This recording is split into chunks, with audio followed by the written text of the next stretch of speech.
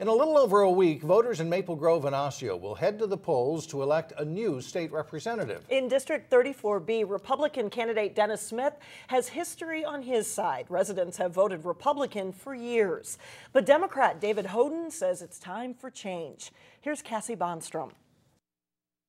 On a picturesque fall day, you can hit Wallens next door there. Candidates David Hoden and Dennis Smith are out knocking on doors. I want to make sure that you guys are going to be voting. Taking advantage of the weather and reaching out to voters in District 34B. I wanted to stop by and introduce myself, say hello, see what your concerns were about our state government. We sat down with each candidate and asked about his priorities. I want Minnesota to be the best place to live, work, and raise a family.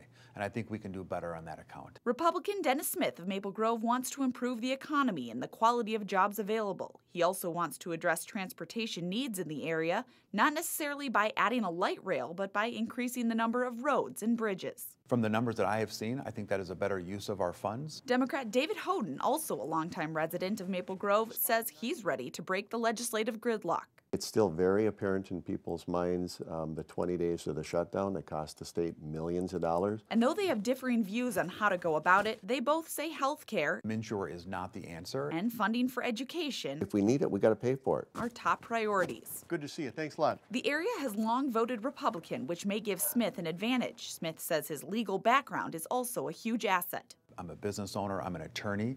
That gives me the ability to understand the law, understand how the law is written, how it's implemented. Hoden admits the district's voting history does present a challenge, but says it's nothing he can't overcome. If you haven't won an election, let's face it, it's kind of like being a sports fan. If your team's never made it to the big game or everything, you start figuring out we're never going to win.